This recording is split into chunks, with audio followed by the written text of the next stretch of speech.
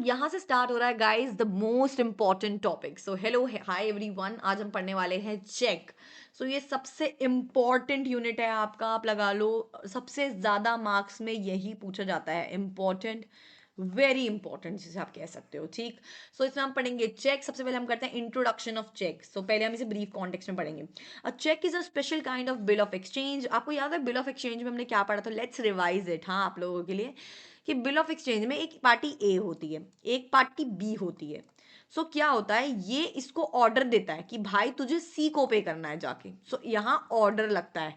अगर आपको याद हो तो प्रोमिसरी नोट के अंदर कहीं ऑर्डर नहीं था, एक बंदा दूसरे बंदे को बोल देता था कि भाई आपको इसको पे, मतलब आप इसे पे करोगे। वो एक प्रॉमिस कर देता था कि ए बी को पे करेगा, ओनली अ प्रॉमिस, एक प्रॉमिस था। बट यहाँ ऑर्डर होता था बिल ऑफ एक्सचेंज में कि ए बी को ऑर्डर देता है कि भाई तू सी को दे दे। So same, a cheque is a special kind of, एक special kind of bill of exchange होता है, drawn specially specifically on a banker. ठीक है, ऑलवेज पेएबल ऑन डिमांड, जब डिमांड होगी तभी पे होगा। सेक्शन 6 ऑफ नेगोशिएबल इंस्ट्रूमेंट में डिफाइन है ये। इसके बाद आता है कि एशियंशियल करेक्टरिस्टिक्स ऑफ चेक क्या क्या है। Drawn only on a specified banker, must be payable on demand, unconditional होना चाहिए, पेएबल टू बियरर और ऑर्डर। सिंपल, बहुत आसान, याद भी हो जाएगा ये। ऑब्जेक्ट ऑफ क्रॉसिंग, अब क्रॉसिंग समझेंगे। आपने पढ़ देखा होगा कि चेक पे ऐसे कभी क्रॉस लगे हुए होते हैं, है ना, ये सब आपने देखा होगा। तो अब इसके बारे में हम अच्छे से बात करेंगे आज। सेक्शन 123 के अंदर ये लिखा हुआ है definition of crossing. Crossing refers to a drawing two parallel transverse lines across the face of the cheque. पूरा अब हम अच्छे से समझेंगे क्या है ये। ठीक है, बेसिकली इतना डेफिनेशन अगर याद ना हो तो simple, crossing refers to a drawing two parallel transverse lines. ठीक है, इन दी चेक ऐसे लिख देना, cross the face of the cheque अगर याद नहीं कर सकते तो ऑन दी चेक। ठीक है, ऐसे लिख देना। Indicates that the cheque must be paid through a bank only, ensuring safer payment. ठीक, चलो आगे करते हैं, ताकि अच्छे से सेफ पेमेंट हो इसलिए किया जाता है। Purpose, provide enhance safety, reduce risk. Easy, समझाने की भी जरूरत नहीं है। Ensure transferability, accountability of the payment, very easy. Accountability मतलब जवाबदाही जो है वो देखते हैं कि हाँ भाई सब कुछ अच्छे से होना चाहिए, कुछ दिक्कत परेशानी नहीं आनी चाहिए। Helps to prevent fraud and encashment, ताकि कोई फ्रॉड तरीके से आपका पैसा ना निकाल पाए। Limits payment to specified bank channel, कि भाई ये अगर कहा गया है इतना ही देना है तो इतना ही देना है, ये पर्टिकुलर पेमेंट देनी है, वही बैंक देगा, ये सब लिख दिया होता है उस पर। इससे फायदा होता है, ये पर्पस होता है। अब आते हैं क्रॉसिंग पे, ये तो और इंपॉर्टेंट है, वेरी इंपॉर्टेंट। ठीक है, समझो अब। एक होती है जर्नल क्रॉसिंग। ठीक है, इसके अंदर ये डिफाइंड है। ये कैसे होती है? टू पैरेलल लाइंस विद और विदाउट वर्ड्स। अब देखो इस तरीके से दिख रही है आपको।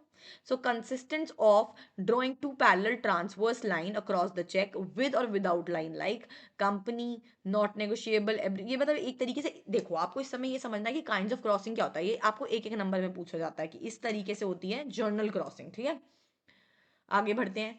ऐसे होती है इस तरीके से स्पेशल क्रॉसिंग, इस सेक्शन में है ये। Two parallel line drawn on the cheque specifying a particular bank, जो पर्टिकुलर बैंक के लिए होती है, जैसे स्टेट ऑफ बैंक है, सपोज पंजाब नेशनल बैंक है। ठीक, ऐसे बैंक के लिए होती है, या मैं लिख देती हूँ, ये मार्क कर देती हूँ। ठीक, इजी, की इसी बैंक के साथ होना चाहिए और किसी को नहीं करना है। यहाँ पर क्या था बेसिकली, कंपनी या ना भी कोई कंपनी का हो, कुछ भी हो तो नॉट नेगोशिएबल, ये सब आ जाता है यहाँ पे। इसके बाद आता है रिस्ट्रिक्टिव। रिस्ट्रिक्टिव मतलब रिस्ट्रिक्शन लगा दी कि holder does not get a better title than the transfer, कि नॉट नेगोशिएबल, अगर ये नेगोशिएबल नहीं हो सकता। ठीक है, नॉट नेगोशिएबल क्रॉसिंग भी आप इसे बोल सकते हो। इसके बाद आता है अकाउंट पेई क्रॉसिंग, मतलब अकाउंट पेई ओनली, यहाँ ऐसे नाम आ जाएगा और उसका आ जाएगा इस तरीके से। ठीक, अब आता है meaning of dishonour of cheque. ये है बहुत इंपॉर्टेंट, और ये बड़े नंबर में 5 नंबर 10 नंबर का क्वेश्चन आता है, 10 नंबर में ही देखने को मिलेगा। डिसऑनर क्या है? अब occurs when bank refuses or fail to pay the amount specified in the check। ठीक है, फेल हो गया, बैंक ने मना कर दिया कि भाई मैं तुझे पे नहीं करूंगा जो भी अमाउंट चेक पे लिखा है।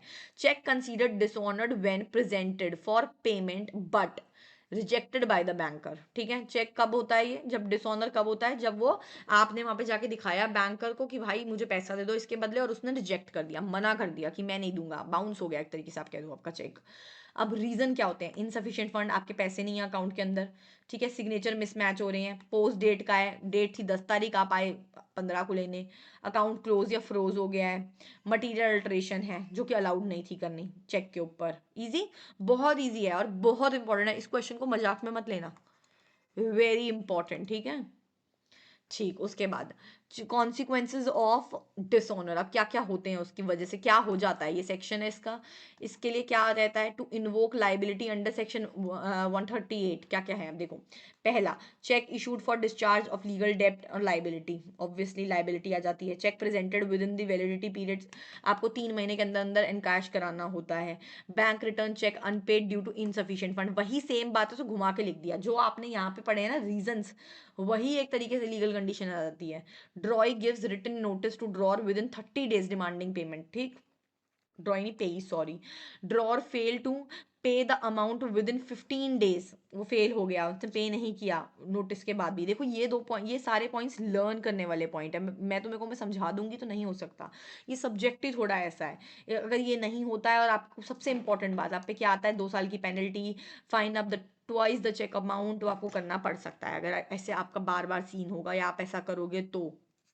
ठीक, thank you so much, I hope आप लोगों को समझ में आया होगा। इन 2 क्वेश्चंस को मजाक में मत लेना, चेक बहुत ही ज़्यादा इंपॉर्टेंट टॉपिक है, एग्जाम्स में आपको 100% दिखने ही वाला है ये टॉपिक। ठीक, आप लोगों को समझ नहीं आया तो आप मुझे बताना, बाकी इसके अंदर कोई ऑप्शन नहीं है यार, कुछ चीज़ें ऐसी होती है आपको लर्न करनी ही पड़ती है एग्जाम से पहले, बट यहाँ पे सेफ बात ये है कि आपको पॉइंटर्स में मिल रहा है और ईजी लैंग्वेज में है, तो आप इजीली याद कर सकते हो, 1-2 बार लिख के देखोगे याद हो जाएगा। Thank you so much, bye bye, all the very best for your exam.